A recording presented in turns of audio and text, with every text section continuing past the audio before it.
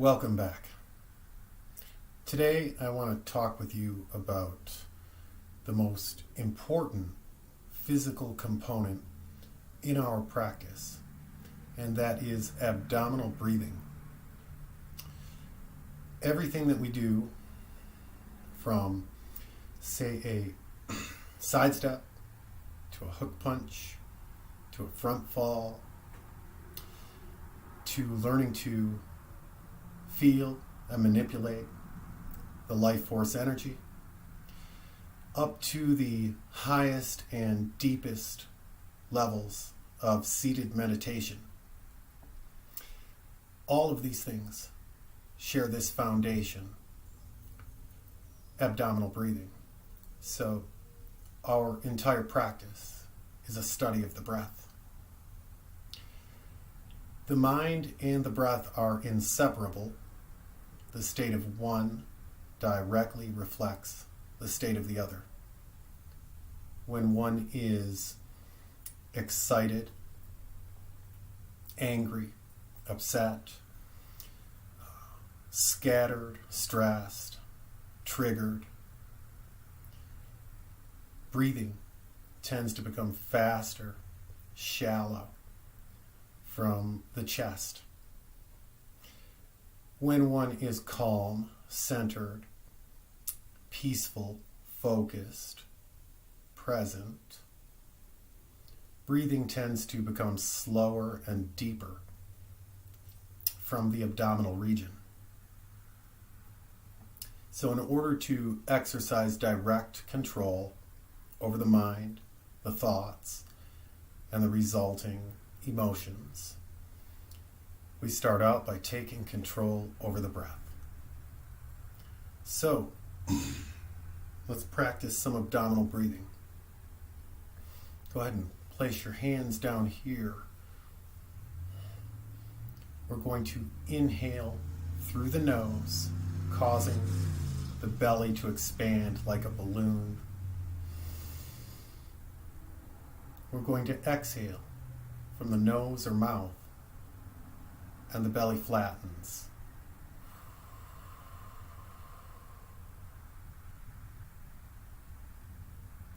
Inhale through the nose and expand the abdominal region.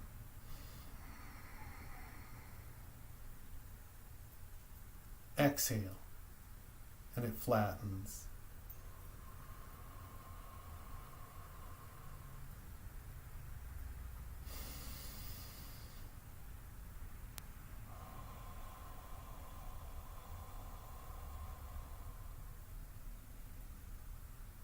Just a few breaths, and you can already really feel it. The chest remains relatively still during inhalation and exhalation on abdominal breathing. So one more time, we inhale through the nose. The belly expands like a balloon. We exhale and it flattens, it contracts.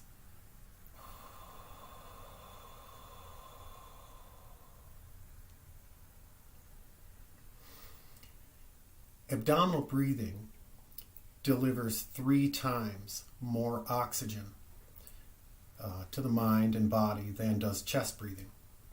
So that's 3 times more energy, more ability available for your endeavors. Most people know that taking a few deep breaths will instantly reduce tension, anger, frustration. It'll bring about greater calm and clarity. But most people never think about why that works, and even fewer ponder the implications of regular, consistent study. You want to practice your abdominal breathing off and on throughout the day until it's constant and automatic. And I think I should also include that it's not so much a matter of adding something new. It's really more a matter of regaining, recovering, rediscovering natural functioning, innate ability. So the system was already in place, but it tends to become blocked. It's unnecessary muscular tension held through the body as a result of our thoughts, stresses, anxieties, things like this. Also injuries and illness. It can also be simply a lack of training, lack of practice, lack of corrective practice. This condition of restricted breathing generally gets worse with age, and in fact could be looked at as a premature aging. The good news is anyone and everyone, for the most part, can very rapidly start improving their breathing by practicing this technique. We inhale, the belly expands. We exhale, it flattens. The more you practice, the longer, the deeper, the more fulfilling the breath becomes. Now, properly executed, all of our movements in our martial arts practice should be an expression, an outer expression of what's happening with the breath. It all comes from the breath. And generally speaking, when we're exerting force, when we're extending the arms or the legs, we're going to be exhaling.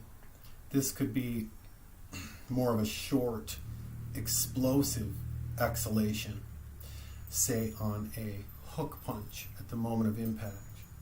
Or it could be something not as explosive, but more sustained, like the tension exhalation required for a control technique, joint locks, things like this.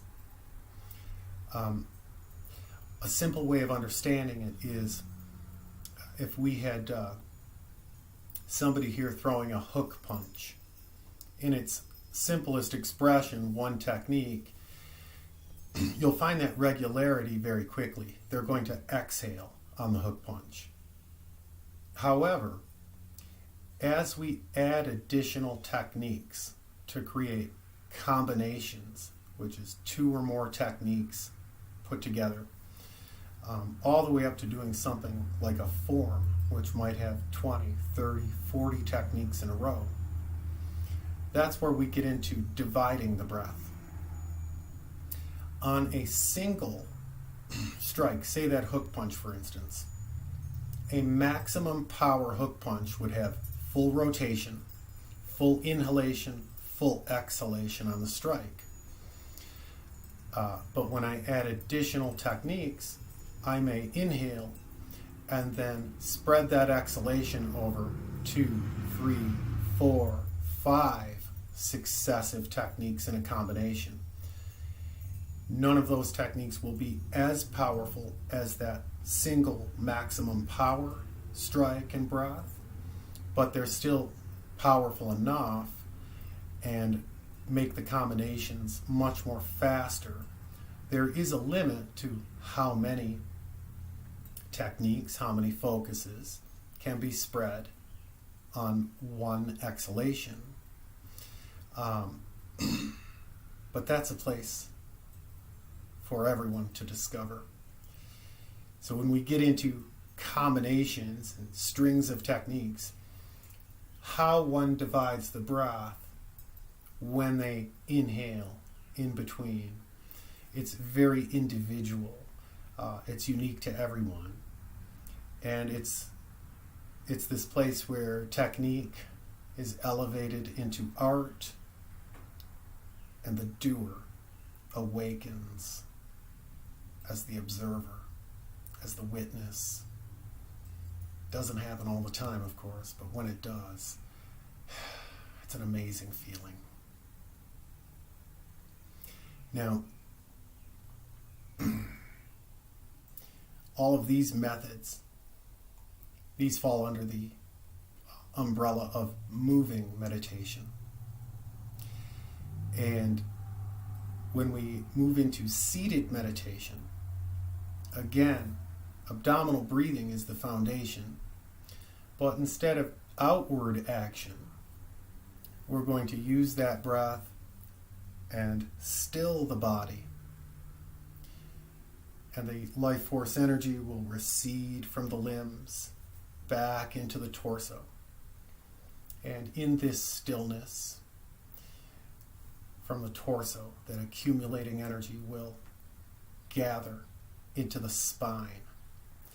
And eventually, we take that accumulated, concentrated energy and direct it up the spine.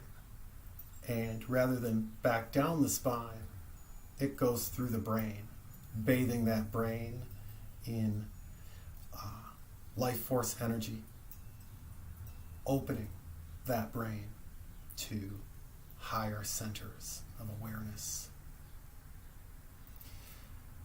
This is a pretty good introduction to abdominal breathing.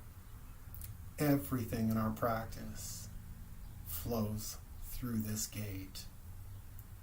You can do it anywhere, anytime.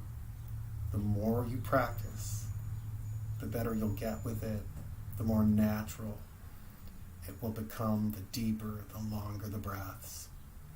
So again, inhale, exhale.